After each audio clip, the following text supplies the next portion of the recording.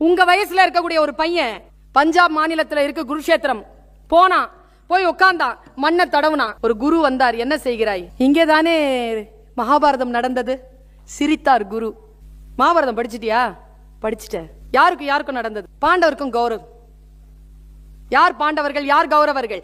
இதை தெரிந்து கொள்ளவில்லை என்றால் மகாபாரதத்தை நீ புரிந்து கொள்ள முடியாதுன்னார் குரு. என்ன செய்தி தெரியுமா? பஞ்ச பாண்டவர்கள் என்பவர்கள் வேறு யாரும் இல்லை, நம்முடைய ஐம்புலன்கள். கண்ணு, காது, மூக்கு, வாய், மெய். இதை புரிஞ்சுக்கோங்க. நான் ஒன்னு சொல்றேன், கேளிக்கைகளில் மூழ்காமல் வாழ்க்கையை மீட்டெடுப்பதில் கவனமாக இருக்க வேண்டும் என்பதற்காக நான் சொல்லுகிறேன். பாருங்க, ஐம்புலன்கள்ல இருக்கக்கூடிய அற்புதமான விஷயம் என்ன தெரியுமா? கண் சென்று பற்றும், பார்க்கும். யாரெல்லாம் வந்திருக்கா? ஓ, நமக்கு ஏத்த மாதிரியான ஒரு 4-5 இருக்கு. ஓகே, உட்காரலாம் ஒரு 4 hours. ஓகே. காது இருக்குல்ல, அது வந்து விழும். அதுக்கு மூடி கிடையாது, இதுக்கு மூடி இருக்கு. இது நம்ம கண்ட்ரோல்ல, இது நம்ம கண்ட்ரோல்ல இல்ல. உடல் அசைவுகள் இருக்குல்ல, அது அற்புதமானது. The rare phenomena under the sky is our body. ஒன்னு அவுட் ஆயிடுச்சுன்னு வச்சுக்க, மறுபடியும் வராது. உடல் அவ்வளவு அற்புதமானது. இந்த உடலை கெடுத்துக் கொள்ளாமல் இருப்பது.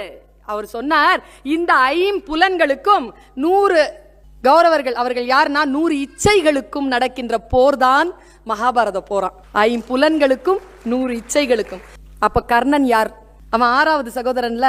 அவன் யார்? நான் குரு சொன்னார் பாருங்க, உள்வாங்கி கொண்டு போங்க.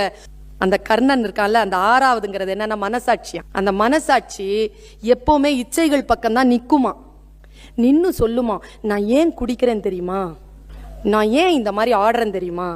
ஏன்னா எனக்கு பிடிக்குது. நான் ஏன் பொண்டாட்டி அடிக்கிறேன் தெரியுமா? அவ வாய் சரியில்லை. நான் ஏன் குழந்தைங்களை அடிக்கிறேன் தெரியுமா? அவன் நடத்த சரியா. நான் ஏன் கெட்ட வார்த்தை பேசுறேன் தெரியுமா? என் முன்னால இருக்கிறவன் தான் என்னுடைய ஆயுதத்தை தீர்மானிக்கிறான். இப்படிலாம் அது சாட்சி சொல்லிக்கிட்டே இருக்கும். தான் எவ்வளோ அநியாயம் பண்ணாலும். அதுக்கு பேர் தான் கர்ணனா. அப்போ வயசானவங்க மன்னிக்கணும்.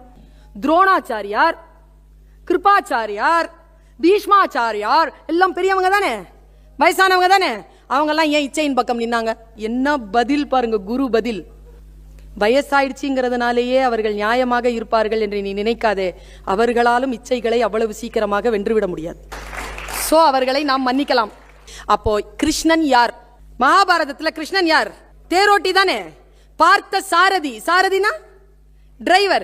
ஏன் அவனை டிரைவரா வச்சாங்கன்னா, குரு சொன்ன பதில், இந்த ஐம்புலன்களை இச்சைகளுக்கு எதிராக செலுத்த வேண்டும் என்றால் நாம கிருஷ்ணன் என்கின்ற கடவுளை டிரைவராக வைத்துக் கொண்டால் ஈஸியாக அந்த 100 இச்சைகளை ஜெயித்து விடலாம் என்பதற்காகத்தான் அவரை கொண்டு வந்து டிரைவராக வைத்தேன் என்று சொன்னார் குரு. இதுதாங்க மகாபாரதத்தினுடைய ஒட்டுமொத்தமான கதை.